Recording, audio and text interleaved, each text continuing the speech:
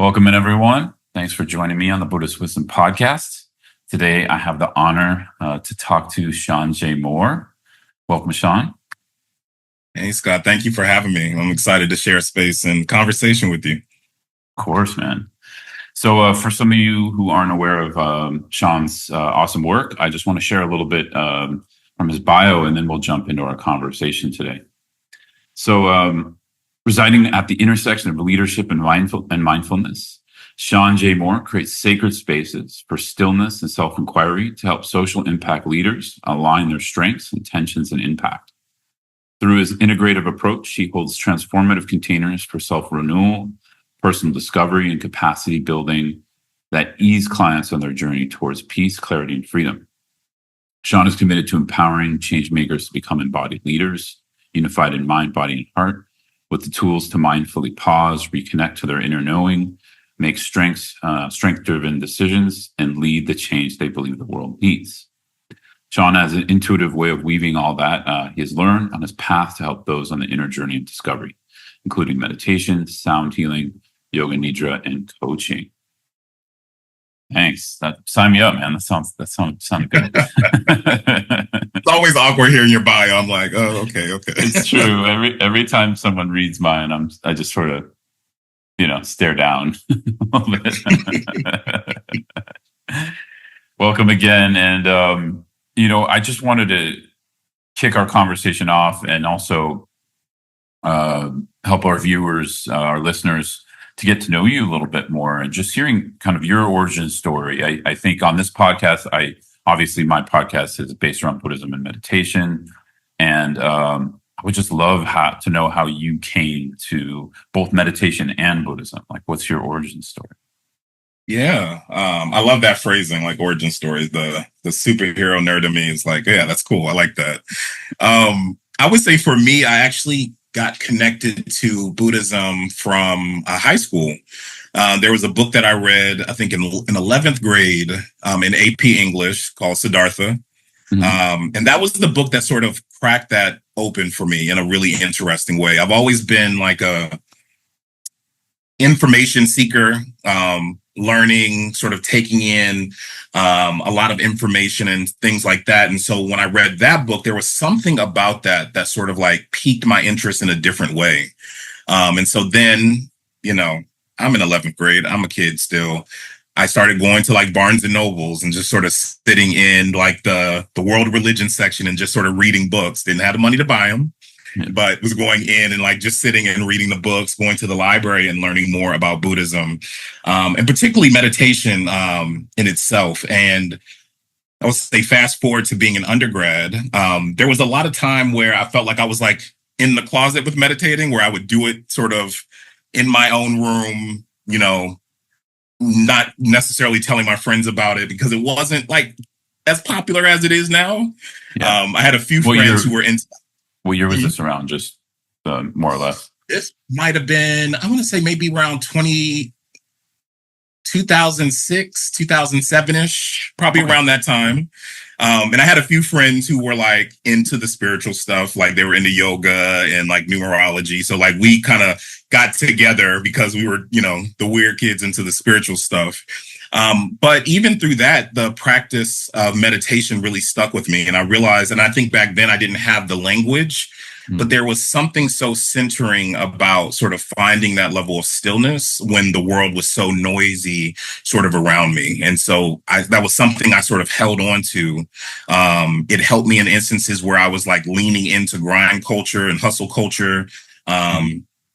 In that sort of overachieving space, I know I can naturally sort of fall into, and sort of like coming back to center and sort of pouring back into self. And then, I moved to Atlanta back in 2014, where I was like, cool, I could actually explore this thing for real. So I was going around to a lot of different Buddhist and Dharma centers here in the city, sort of trying out, and then I didn't have names. I didn't know names. I just like, it's all Buddhism. I'm just going to pop into a lot of different spots.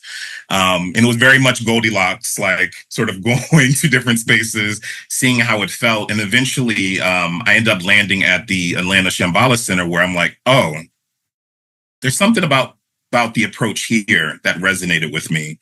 And sort of that's been my consistent, I would say, home sangha that I get an opportunity to work with. And then I took my refuge vows right before the pandemic, 2019, December 2019. And then most recently took my Bodhisattva vows last October, which was really sort of a nice reminder and realignment that I needed, connecting back to the path in that way.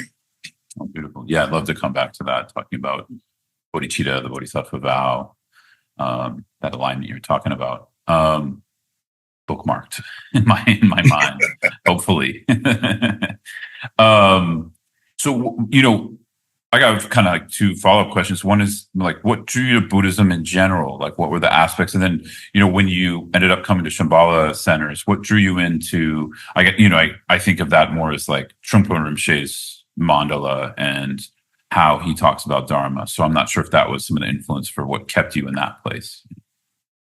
Yeah, I think for me, what drew me into Buddhism is that there was a simplicity to it, and there was an openness to it as a philosophy, as a spiritual path, and there was agency to the practice and the philosophy that drew me in a way that, again, as I look back on that time, I realized I needed.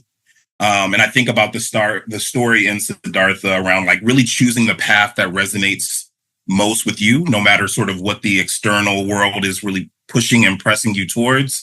And there was something about that narrative that sort of looped me in, right? And I talk about this a lot in my work that, I think as being a Black queer man, sort of navigating the world does a lot to sort of try to tell you who you are.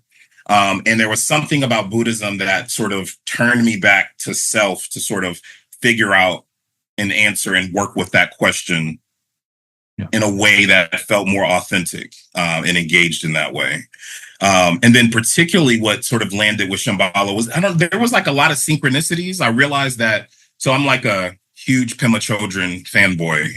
Like any of her books, I'm with.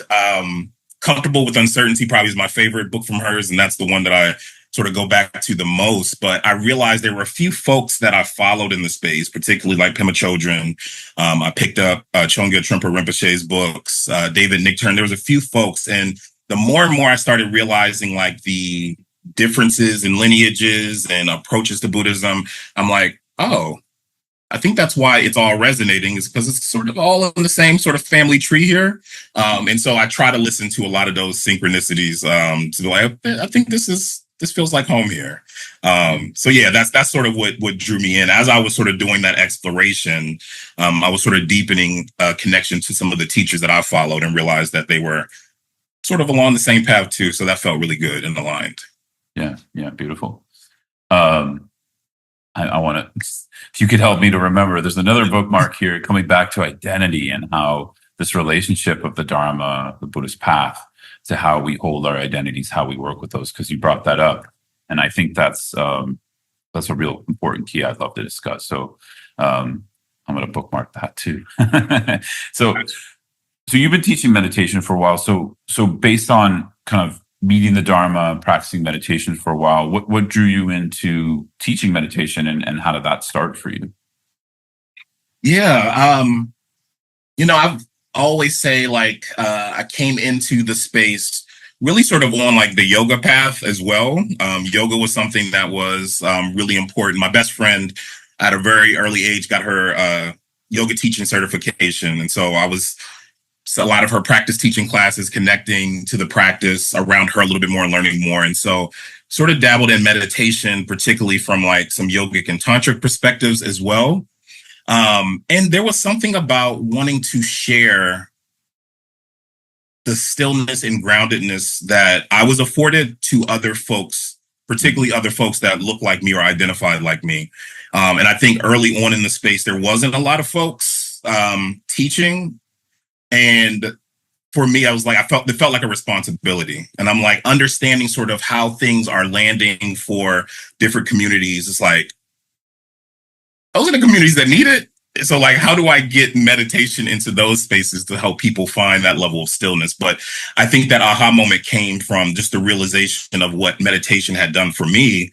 And then sort of creating the space to begin to teach it. I ended up doing a yoga teacher certification, and then some meditation teacher certifications eventually.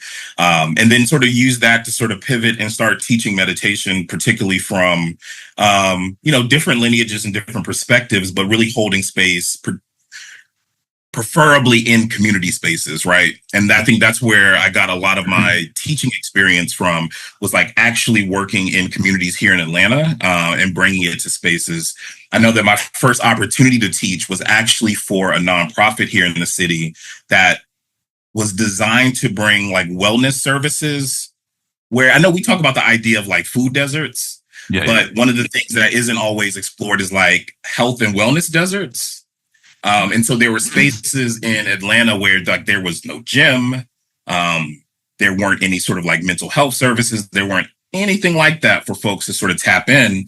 And that nonprofit's sort of goal was to bring affordable classes into those spaces. And so that was where I sort of got some of my first teaching experience and really sort of realized like, okay, this is the lane that I see myself working in, to continue to sort of bring this work and help other people connect to it in an authentic way. Yeah.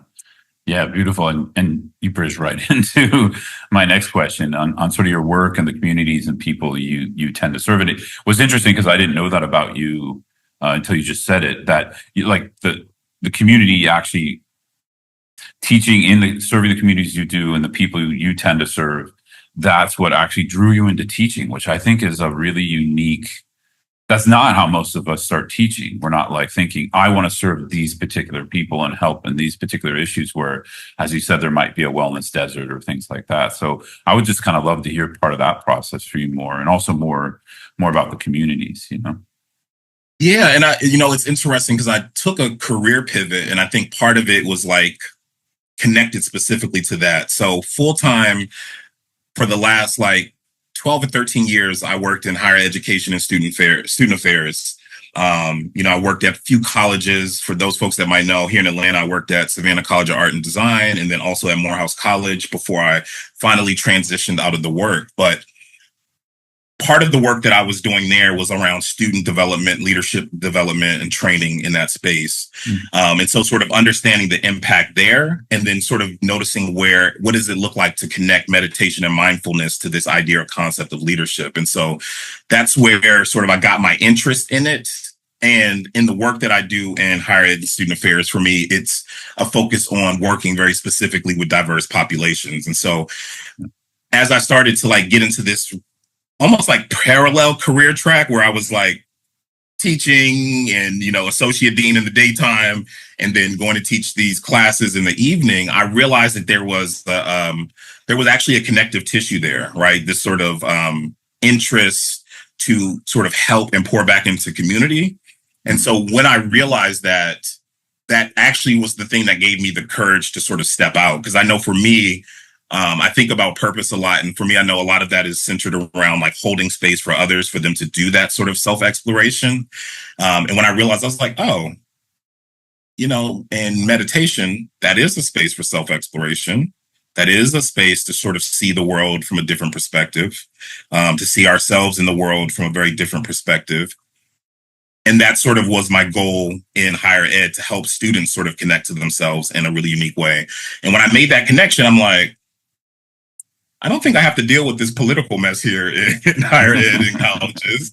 Maybe I could step out and actually sort of lean into this piece, as that is sort of more and more connected to sort of where I see myself in that. And so that's what sort of helped me pivot and sort of move into the space of working directly with community.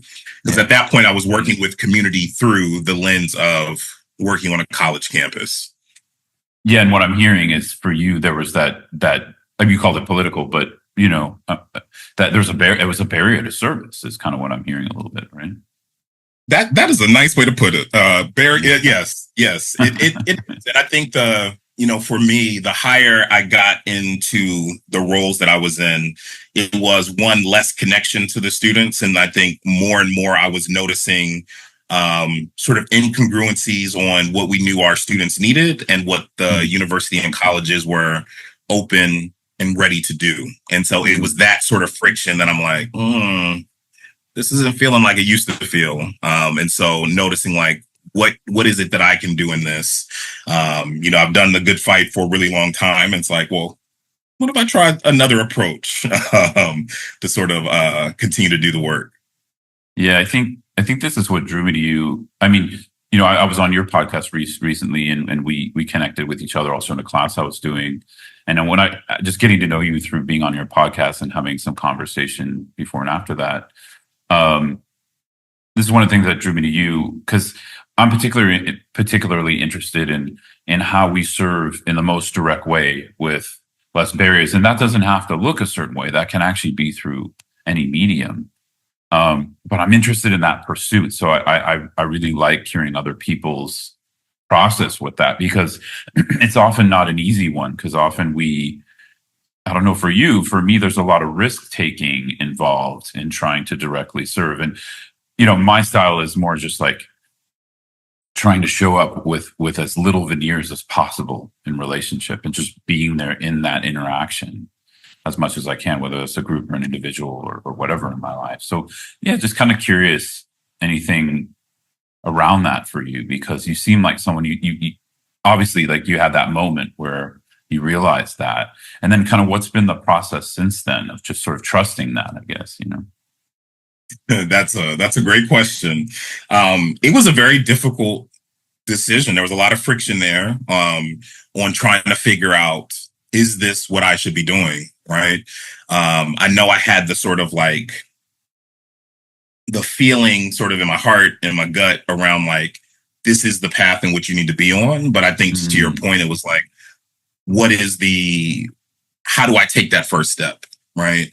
And then eventually I just had to do it. Now, it was very difficult. I told myself, I tell my friends this whenever I remember the day that I stepped away from higher ed, that I was like literally in my office, damn near having a panic attack, to like actually go talk to my supervisor about like, hey, I want to formally put in my notice. But after doing that, there was a lot of sort of relief and spaciousness to think differently about the work. And I always credit, like, my practice helped me work through that, right? Like it was, for me, it was like actually the meditation in action, right? Like taking the breaths, being connected, sort of understanding and finding that balance and flow to be able to realize that this is the right decision to make. And the process leading, after that, has been very interesting, right? Like, I had some opportunities to work in nonprofit for some mindfulness education organizations, and then I ended up transitioning to working with one of the mindfulness apps that are on the market. And that was the position that I think I needed the Bodhisattva vows after to sort of help realign me, because that was a position really focused on community. And so for me, that was like, oh, cool. I'm working directly in community, helping folks connect specifically to the product, to the practice in that way, almost like an ambassador for the practice of meditation through the app. And then there was a company-wide shift, right? So there was like, we don't really care about community. We really just trying to get more people to download the thing. We don't really care about the community piece. And for me, there was a major jolt in that sort of feel, right? And so, when I ended up eventually taking another step and another leap, realizing that I can't stay there when it's a space that sort of feels incongruent to my values, it also made me question placement and work, and like, am I actually doing the right thing? Am I in the right path? And so, like, actually taking the Bodhisattva vows was a nice sort of realignment to come back to that and say, like, cool, your work is about being in service to others. This is a dedication, a rededication to that, to something you've already acknowledged years before. How do you get yourself back in alignment? Especially in that sort of few months where, like, that was space where anxiety, depression sort of came up because of that sort of incongruency and friction with what I had started to comfortably get into, realizing that this is sort of the lane or the space in which I want to move in. Yeah, I mean, so much there, and thank you for reminding me of one of our bookmarks, or one of my bookmarks, but in our conversation. Yeah, I mean, I think you're kind of hinting to something that I find quite interesting because for me, I would love to hear kind of how you think of the Bodhisattva vow. For me, it's a set of commitments to both waking up, but also waking up in connection with others, and a set of vows or principles we live by in order to, bring efficacy to that. But, there's this edge where, that's not, we're trying to let go of the ego. I mean, for most of us, it doesn't come all at once. It's slowly. Well, we're doing that. So, I mean, the Bodhisattva's vows are mostly, I think, for me, I don't know about you, they're mostly about relationship to undermining my own ego clinging so that service can happen in a more fluid way. And yet, all that happens for me, and I'm hearing for you, and I want to hear more through the edges of where I meet, my own limitations, fears, etc. Whether that's a fear about like, how do I survive? How do I continue to do this? And am I good at it? Am I not good at it? People, like all those fears that come up, and the truth is those just get in the way. And so how to open up that space of just being there fresh, like, I don't know, really good Tibetan Buddhist teachers, because they're kind of my examples, they embody this. They seem to they gather things like a king or a queen, and then they just flow, and all of it comes in, comes out, and it's all in service, So kind of wondering what you think of that, and also your kind of practice of that, your experience of that. Yeah, I think we're definitely in alignment with that. And for me, one of the things that drew me to, like, prior to actually taking my vows, because even during the pandemic, I was kind of like, is the Shambhala Center, y'all going to offer it? Are y'all going to offer it? And it just so happened that the day I resigned from that meditation app, my position there, I checked my email and I got an email from the Atlanta Shambhala Center. It's like, hey, seeing if folks are looking to do their vows. And like, for me, it connected directly to the idea of like servant leadership, right? And sort of tying back to the concepts of leadership and noticing where these things intersect, right? And I think about servant leadership focusing on serving others. Like, it's less about the hierarchical need of somebody, this dynamic of power over folks, but it's more about how am I working directly with people to be of service to their specific needs. And so as I was reading and learning more about the idea or the concept of bodhisattvas and then the vows itself, for me, that was just, it felt in direct alignment with sort of like what I needed to be reminded of, because, back in college, back in my creating leadership trainings, like servant leadership had always been the core or the leadership style or philosophy that I always push towards the forefront, that I think we need to be of service to other people. One of the things that I think I was reckoning with, and I still reckon with the idea or concept of bodhisattvas, is this idea of foregoing your own to, help other people get free and doing their thing, and sort of contending with the idea of what do we do? How do we do that in a sustainable way? That it's not, because I think about folks who do a lot of community work, who do a lot of movement-based work, and it's easy for folks to like burn out, right? Yeah. We see like all the things that are happening in the world, and we need everybody on the front lines to do the things to sort of help us sort of dismantle the things. And how do we do that in a sustainable way where we're not literally setting ourselves on fire to be of service to other people? And so, I think that was the thing that I sit with quite often with the vow. And also, I think that's the thing that I sort of keep at the forefront in being of service to other people. And so it creates a nice, like, intentional reminder in practice of like, cool, we're going to be in service. We're going to do the things for the other people. And how do we take care of self to continue to do that at a level that still feels nourishing for the folks around you and for self? Yeah. Yeah, it's true. And I think, often this area you're mentioning, for me, it has this kind of intersection of how we're holding on to our idea of being of service. You know what I mean? Mm-hmm. That's been my kind of exploration. So So kind of curious, and I'm happy to say more, but I want to leave more space for you kind of around that, because you talk about burnout, and I notice, I don't know if I burned out, but I can get sort of stressed and or overwhelmed when I'm really caught up in my own idea of what something needs to look like, or accomplishment, or like that doing mentality around something, or trying to be a savior to someone, and that's been kind of my process of letting go of that over the years. Yeah, I would say for me, I think the thing that I've been keeping in mind or trying to keep in frame around that practice has really been like serving or giving from the overflow or the excess. Right. And I think sometimes folks who are in service spaces and service work, because there is such a passion to help people, we will help people until like we're on E, right? That there's nothing else in the cup. And realizing that in doing that, we actually aren't probably showing up the best way for folks when we are sort of doing that on E, right? Knowing that we're not necessarily centered, we're not aligned, we're not doing that from a place of rest and nourishment. And so for me, it's been sort of centering the idea of it's okay to take care of yourself, because also in that, it provides a different level of capacity to be present for other people. And so sort of like framing that and sort of also contending with this idea of like rest, right? That we're not always incentivized to slow down to find rest, and knowing that like even in utilizing practices to sort of help find that stillness and that opportunity for silence or just self-inquiry, that part of that is the work too. And so sort of looking at opportunities to sort of work through that and realizing that's a whole lot of conditioning, right? Like socially is not there's so many different signs to say that, hey, slowing down, your productivity is your worth in the world, right?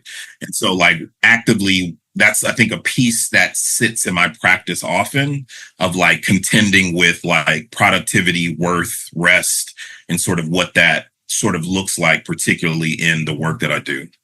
Yeah. Yeah, I totally agree. That productivity thing is huge. I think that's the majority of it for me, and sort of can drive what I think should happen rather than just showing up for what's happening. I think that's a big one. I think that, because you're saying you work at an intersection with folks also who are working as activists or working in community projects, and I think that's one of the challenges, because there's an idea of an outcome there, or maybe an outcome that we're fighting against, right? Or trying to think of another way to say that. Opposing. That's the word I was looking for. So I don't know anything else there on that kind of tension there, of like. Yeah, I think it's an interesting point, and I think it's also sort of helping other people work through that processing too. Like for me, I think in the last year or two, my shift has really been less like teaching meditation classes and more like working specifically in the training space to help train other meditation teachers. And I think for me, that's been part of it, of like creating the space for them to slow down and explore, right? And realizing that, hey, there's another way to approach the work. There's opportunities to sort of come at their lives in a different way. And it's in that helps them sort of show up as better practitioners or teachers, right? Because I think so often, to your point, there's an expectation typically at the end, right? Where like we think about training spaces where it's like, I want to be a certified such and such to do this with folks. And part of the way to get there, right, is less thinking about becoming a teacher or getting certified, and like, how are you actually implementing the things that we're working with and we're talking about, right? Actually living in that space, and then allowing yourself to sort of teach from that transmission, right? From the natural sort of resonance of what is present for you as you are actually on your journey doing your work and in practice with the practices that feel good for you. So it's sort of helping people sort of redirect that of like, cool, end goal here, we get it. Yes.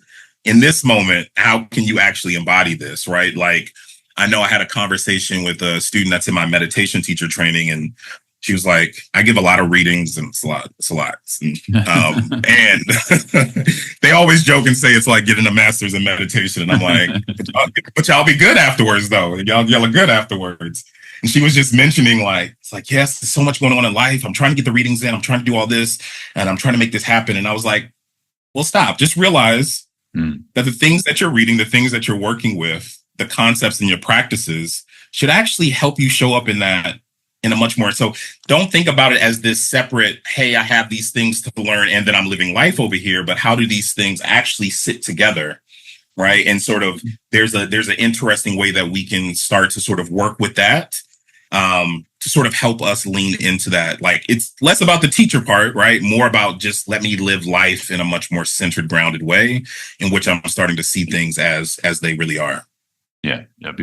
Beautifully said. That's been my insight. Like that all the work has to go into that, letting go of the idea of what it looks like to do a role or serve, and just showing up for life, because it's, we're the prism we're seeing things through. Our mind is the prism we're seeing things through. I think, yeah, very well. Yeah, completely agree. Just to pivot a little bit, kind of going back to now, it sounds like you're working mostly in training others, but it sounds like it's related to serving populations who tend to be affected by those wellness deserts you were talking about. And I just kind of want to, was curious from your experience. I'm assuming communities of color, right? Also, maybe queer communities, or queer communities of color. And tell me if I'm wrong, if that's a wrong assumption. No, you want it.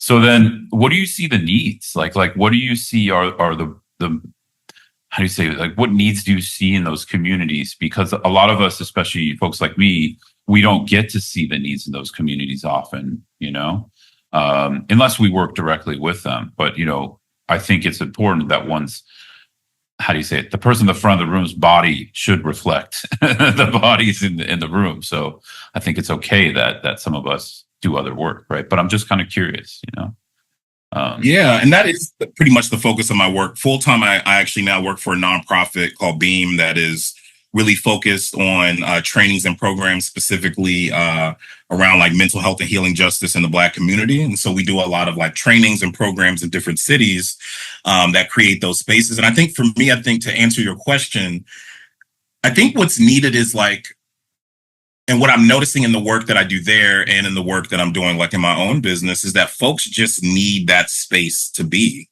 And quite often in maybe like majority spaces or other like prominent spaces that we see around, that folks don't often feel comfortable and sort of figuring out what that balance is of, creating spaces that particularly are in service of those communities, and noticing that if folks are in spaces where those spaces don't exist, how do we make the containers, the spaces, the sanghas that are already created more welcoming, more equitable to folks who do join and who are present in those spaces? Because I think quite often the barrier is a level of comfortability, right? That like, I'm not necessarily sure if when I'm in this particular class or in this particular center or in this particular community that they're speaking to my actual lived experience.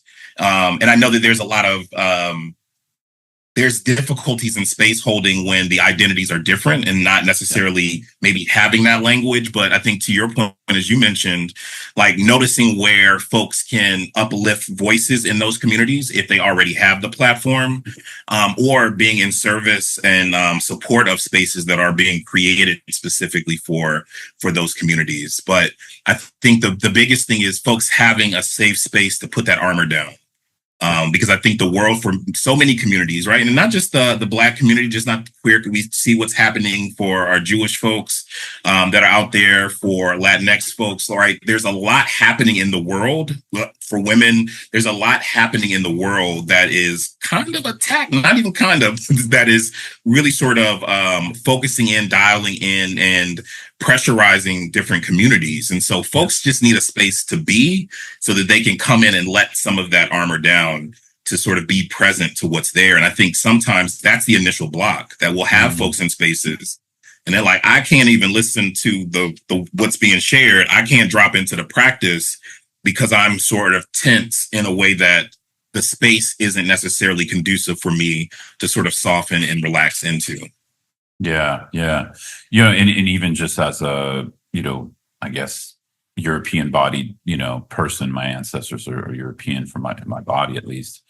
Um, a lot of those kind of, I'm just going to call them white dominant spaces, but we could probably use another term. A lot of those spaces don't feel comfortable for me sometimes. I mean, I feel comfortable, I feel safe, but I'm not necessarily like thriving. Just because my background being like ethnically Jewish and Italian, sometimes that's not, there's a little bit of a disconnect. So even for some of us who would identify as white, we can sometimes also feel kind of, I don't know. But at the same time, like if I go to a majority Black community, I also am like, that's not my culture, and it's very obvious. But at the same time, there's something beautiful there I want to be a part of, sometimes, because I think there can be joy. I mean, this is another topic, but I think sometimes a lot of white dominant spaces for me, they lack joy, and there's like an over seriousness. And that sometimes I respond to that because there's a tightness in my body that has been influenced by that my whole life. And I've been trying to shed that tightness, so sometimes living in Latin America, these other places, I get into spaces that they're not mine, but they help to influence me and like rebalance some of that. Yeah, and I think to what you're naming, I do think that probably the second thing is more open-mindedness, right? Like to your point, there's space for us to learn from everyone in different opportunities and ways. And, you named something that I like to talk about a lot. I was like, the world is very heavy.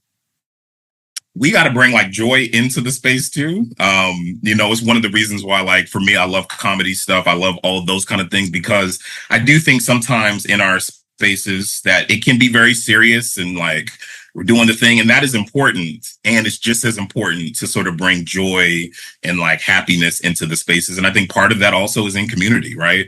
How can we just create space we don't have to talk about the heavy things at the moment. It's important to address those and work with that. And how do we create just as much room for like joy and play as well? Yeah, beautiful. Yeah, I think some of that. I mean, I think there's this fight right now because it's sort of like people, we want diversity, we want integration, but at the same time, as you named, and I've come to see this working with a few communities of color in meditation and just, all kinds of communities, there's an absolute need for like, it's okay to just have a community be one culture, one people, like that it's not bad, like we don't have to always mix things together is kind of what I'm saying. And I know that sounds a little controversial, but I think you know what I mean by that. It's sort of like let people have their space. You know what I mean? And like definitely with you.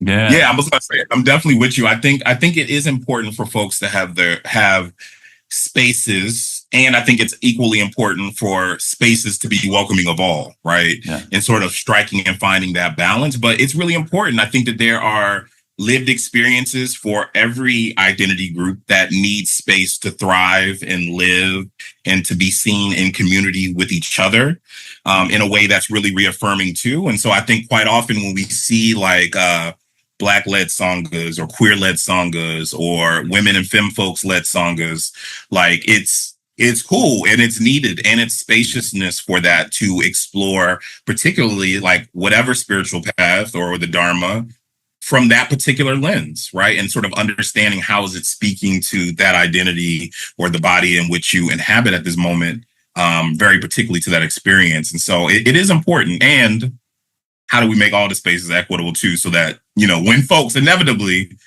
come over and head to a different space or a different sangha or a different center, that everyone feels sort of welcome and comfortable to be able to drop in and be present for a community. Yeah, I really like that.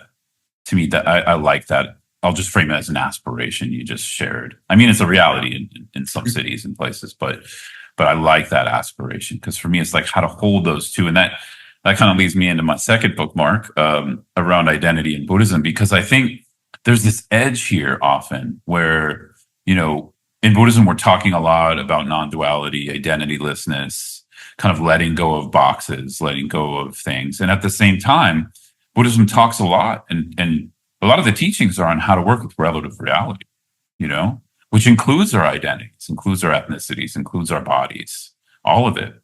And I think this can be a really challenging and confusing place for us when we're going on deeper dives in Buddhism.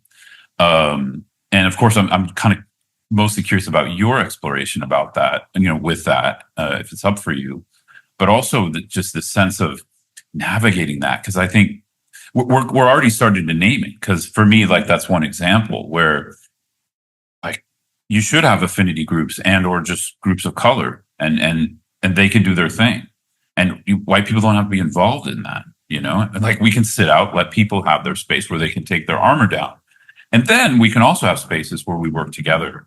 And I think this is one quick point I want to make for our last comment. I think what I've come to realize in my own body, which is part of that is unpacking some of the dominant behaviors and kind of culture that I've been influenced by in the United States. And that's always changing for me what that means. But also this sense of how do you say it?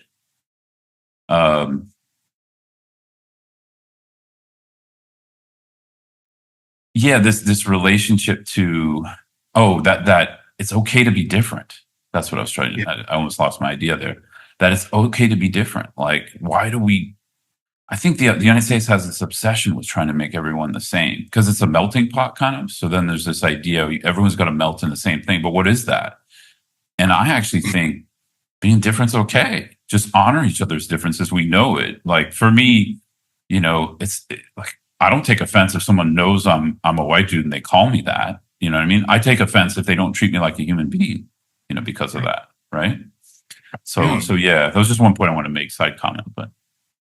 Yeah, as you were sharing that, the thing that came to me is like the differences are our superpowers, right? And I think that part of sort of my exploration of Buddhism and the Dharma has created space for me to sort of see the world as it is, right? And so like understanding, right, that like there's Buddha nature in everybody, in every sentient being, right? That is present, right? Even the most hateful person, even the person who is potentially trying to cause harm, understanding that and realizing that the world that we live in, that doesn't absolve them of, behaviors, actions, and choices, right? And just understanding that it provides, I think, a really interesting way to just see the world as it is, right? And I think this for me always goes back to like the idea of suffering. And I know when I initially got, and I think we talked about this, I think in one of our conversations, I think in my early exploration of Buddhism, I was like, damn, it's all about suffering. Like this is depressing. But I clearly didn't go to the rest of the noble truths, but realizing that like what we see in the world is the product of suffering, right? And understanding people's true nature. So I think a lot of that has provided opportunity for me to work with that in a lens that makes everything much more workable, right? To be in conversation with folks who are in different learning points or spaces in which they are connecting to people and realizing that like, cool, this is a challenging conversation. You got the Buddha nature though, so we're gonna have to work through this and realize that like, okay, that's suffering talking. I know what that is. How do we sort of work with that? And I think that it's provided an opportunity that no matter how heavy the world is getting, like watching the news, seeing the alerts on our phones, we are creeping into a headache of an election season, that it all feels workable. Right. I think that's what I think the practice has done, making this sort of idea. And I think it's probably one of the reasons why Pema Chodron's work resonated so deeply with me, because I think a lot of her work is centered around like working with discomfort. And I think that's sort of the inevitable thing that we are sort of all rubbing up against of like, ooh, this interaction was uncomfortable. And on the other side of that discomfort, there's something we can learn. There's a new way to see things. There's something that we can let go of and drop. And so how do we sort of work through that instead of working around it or not addressing it, right? And so I think that's sort of where it's landed for me, is just realizing things are workable. And that workability is like, how do we sort of move through this discomfort in a way that we're honoring that true nature that we all have, that basic goodness, that Buddha nature that is, present in all of us. Yeah. Beautifully said. Yeah. And I was thinking, some people, we just have to say, I know you got Buddha nature, now get the hell out of my house. Like Yeah, sometimes that that's part okay. too. And sometimes that's the workability. Like that's the Exactly. workability. Yeah, exactly. Oh, okay. No matter how much that Buddha nature is there, this ain't getting through. So you're gonna have to work through that somewhere else. Exactly. And that's part of the work too. I agree. I love that you use the word workability. To me, that's kind of like, I don't know where you're pulling that from, but it really, because I read a lot of Trungpa Rinpoche, so that harkens back to like a term he would say or something like that. And, and Pema Chodron, of course, because she's one of his students. And yeah, I love that word because it's like, Me too.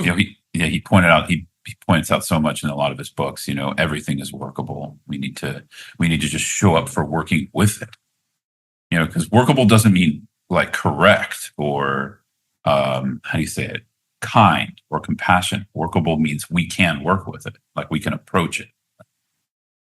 And I always look at that for me when I see that in his writing, like workability or workable means possible, right? Like there at some point there is some way that we can break through or work through this. It might not be in my interaction with you. It might not be in the next interact, but at some point there is an opportunity to sort of see the possibility of the other side of that. And so, that's something that I feel like is really important. Even as we talk about this idea of like bringing joy in a space, I think that's also sort of a space where like hope lives too, right? That if things are workable and things aren't always going to be as gloom and doom, and we think about the impermanent nature of things, that cool, there's an opportunity, there's spaciousness to sort of get to the other side of things and sort of see things from a different perspective.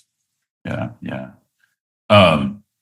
If you're up for it, I would love to hear also some of your personal journey struggles with this intersection of like the identities you hold and work with in your body, as well as these teachings on non-duality and identitylessness in Buddhism. Like, how does that converge for you? What's that work look like for you? It's an interesting convergence, right? Because I think we think about non-duality, and then what often is real in the work is that it's easy for folks in bodies that look like mine or other marginalized communities that like folks get tokenized, right? Like I think about sort of the racial reckoning that happened in the summer 2020. And we had so many organizations that were doing the Black Squares and all of these sort of things. And then like trying to do some work to like platform Black and brown folks very specifically with that, which again, I think is right step, great way. And what does that look like, sustainably, right? That I've seen so many instances and even opportunities that I've been, a part of that like will create the space to lift you up. And the moment that socially things die down, it's like, okay, we're going to sunset that program, or we actually don't have that money for that anymore, or yeah, we're not going to do that. And so noticing where I think for me, that interesting piece is like working with how other folks are viewing that identity and showing up in space and sort of trying to be mindful of that. And noticing like when inquiries or connections are being made, like how is that really showing up? And is that a way or opportunity to say like, look, we got a Black guy here, or we got a queer guy here in the whole lineup of, 20 white teachers. Is that a gesture of moving in a direction of more equitable spaces and, lifting voices, or is it an instance of checking boxes, right? And so that's something that I think that I've struggled with and sort of in a level of discernment sort of try to work through. And also knowing and naming that there are a lot of places that are doing that right and that are sort of doing the work to create more spaciousness, creating those affinity groups, bringing in teachers to teach and hold space and sort of share from their particular perspectives. And so I try to hold both of those two truths at the same time of like, capitalism is always going to make folks jump to the thing that's hot in the moment and then drop it when it's not hot to move to the next thing. And there are people genuinely holding space and creating space to, allow and use privilege to sort of lift up voices and opportunities for folks who might not necessarily have had those opportunities, prior to. Yeah. That's it. I don't want to go into my, I have had my own journey with this just as a white body male. And I think, um, a lot of it's been around just what you shared of like dealing with my stuff, not to let my uncomfortability dealing with folks who come from a different background or the idea of like, race and racism in the United States, because we all grow up under that in some, in our own side of it, right? Um, how to not that let that influence a personal relationship with someone, especially in a professional way, like you were just sharing. Because yeah, I saw that tokenization starting to happen to friends, still happening, and I'm happy for them because I just think they're great people and usually, great teachers. And so I want to see them doing their thing. And yet I feel, why does it have to be that way? It's for the, I don't want to be so cynical, but you were pointing to it that, it's really for the organization to look good. So it's quite a selfish action, actually. And I don't think it really moves us forward, socially and culturally. So, and this is stuff you already know, but it's interesting to me. And I like what you said. And that's kind of been my approach. It's like, where do I have the opportunity where I feel I can authentically lift something up? And I even had this question come into my mind as you were talking. Does something need to be lifted up? It's like a semantic maybe, because I know what we mean by that, right? Meaning just like a voice that isn't heard in the mainstream as much, lifting that voice up. But I definitely don't have to lift anyone up. You know what I mean? Like that's the conclusion I've come to. I mean, generally I get lifted up by more diversity. Like living in Latin America, having a connection to Black culture through my dad, through jazz, and studying jazz growing up, like that's lifted me up actually. So I don't know, just throw a little. No, and as you were sharing that, what also came up for me is like I'm with you because like words mean something, right? Like I don't know if it's lifting up, but I think creating space, right? I think sometimes there's instances where those voices are stifled, right? And or don't necessarily have the same sort of platform. So what does it mean to make space for those voices? Because to your point, I think that when everyone has an equitable seat at the table, no matter what the space is, everybody's lifted. Right. There's a different sort of richness that is present for all of us culturally when we're all connected in that way. And so, yeah, I think it's how do we make more space for folks, Yeah. Love it. I love it. Shawn, just before we kind of wrap up a little bit, just anything we haven't talked about yet that you'd love to discuss or kind of share with those who are listening or watching this. Yeah, I thought we touched on a lot of the things. I think the only other thing that's coming to mind for me, which is, I don't know, this feels like a present conversation. I just did a workshop yesterday with the Accessible Yoga School. They're doing a course like making meditation more accessible. And one of the things that sort of came up is this idea of like us actually doing the practices, right? Like I think, and this is coming up for me because I think I'm also in the process of rereading Spiritual Materialism as well. And it's this idea of, and I think culturally this sometimes happens, that we're just in spaces trying to collect different spiritual practices and in certifications and all the things. But, I think one of the things that, we're always looking for different lists or different ways to hack the thing and do the thing differently.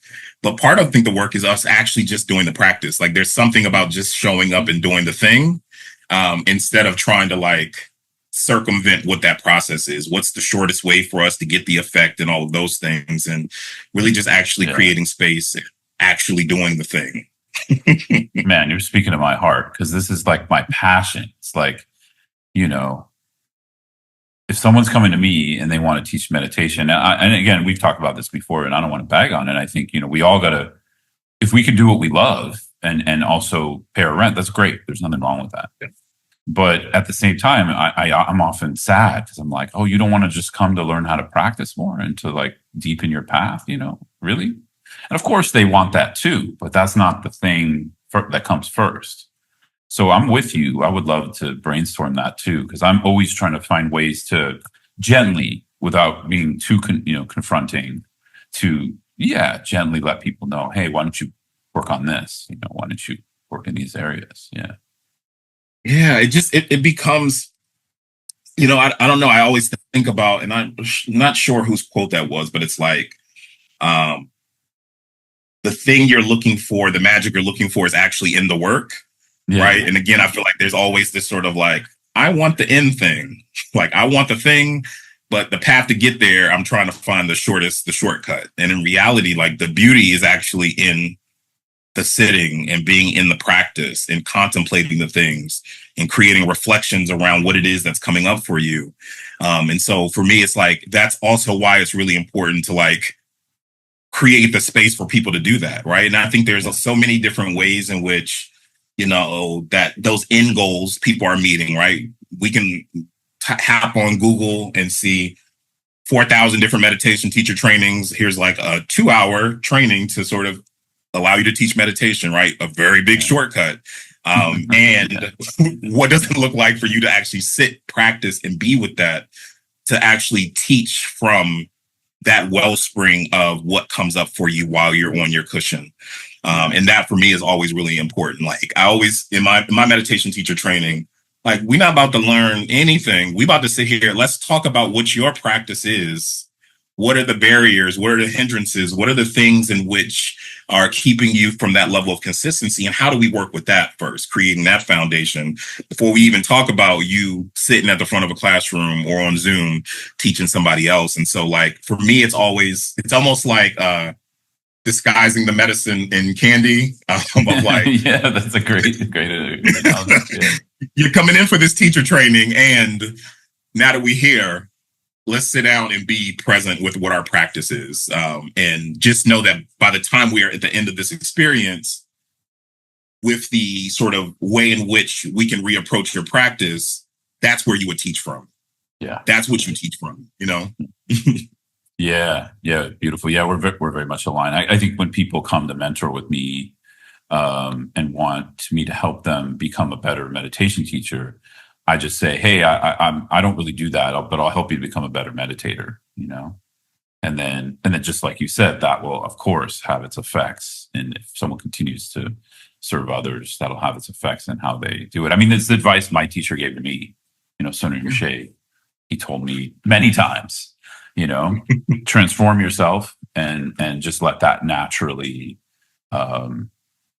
sort of display or just sort of be there for others. And it's kind of like, I've thought about that over the years, because it comes back to our sort of conversation of productivity, that so many of us are sort of so prone to looking towards outcome and sort of, conclusion, that we're not sitting with the moments fully that we could be in each moment of our work and life. I mean, sometimes we are. And so I think that's the challenge. And what I've noticed in really developed practitioners is they're not coming with a pre-plan. They are just who they are, because they transformed their mind and brought out their Buddha nature more, or completely. And they live their life from that place. To me, that's the essence of what the Bodhisattva vow is also there for us to practice, to be that. And I don't know, I really aspire to that. That really inspires me. And of course, and I aspire, but it inspires me these days, that sentiment around, I don't have to be anyone. It's really helped me to let go of too, when I get tripped up in reputation stuff. And, it's just like, okay, just work with it. Yeah.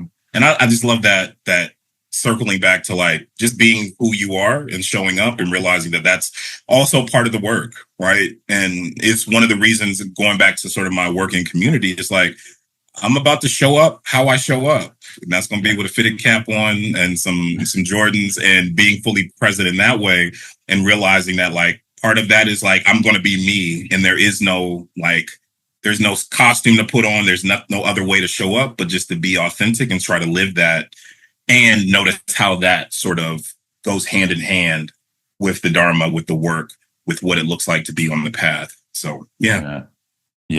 Beautiful note to close out on. And Shawn, thanks so much for being here. And I feel like we could go on Yeah, for a few hours just chatting.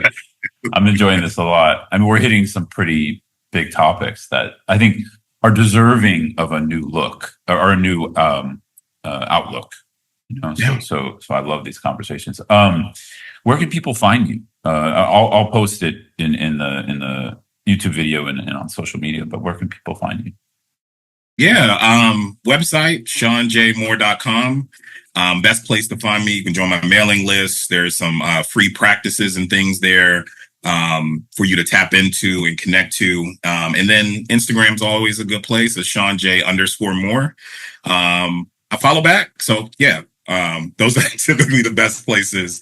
And if you're looking for like upcoming events or things that I'm working on, there's a section there that sort of has the calendar and you can tap into whatever's coming up next.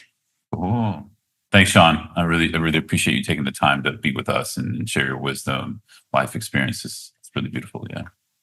Yeah, thank you, Scott. This has been like a great conversation. It was great on the other end on my podcast, and I was just thankful to be able to have this conversation with you. So thank you. Yeah, thank you, man.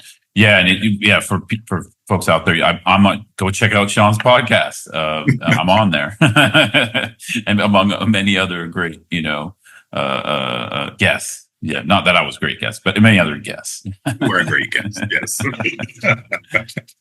Thanks so much, Shawn. I appreciate you, man. Thank you.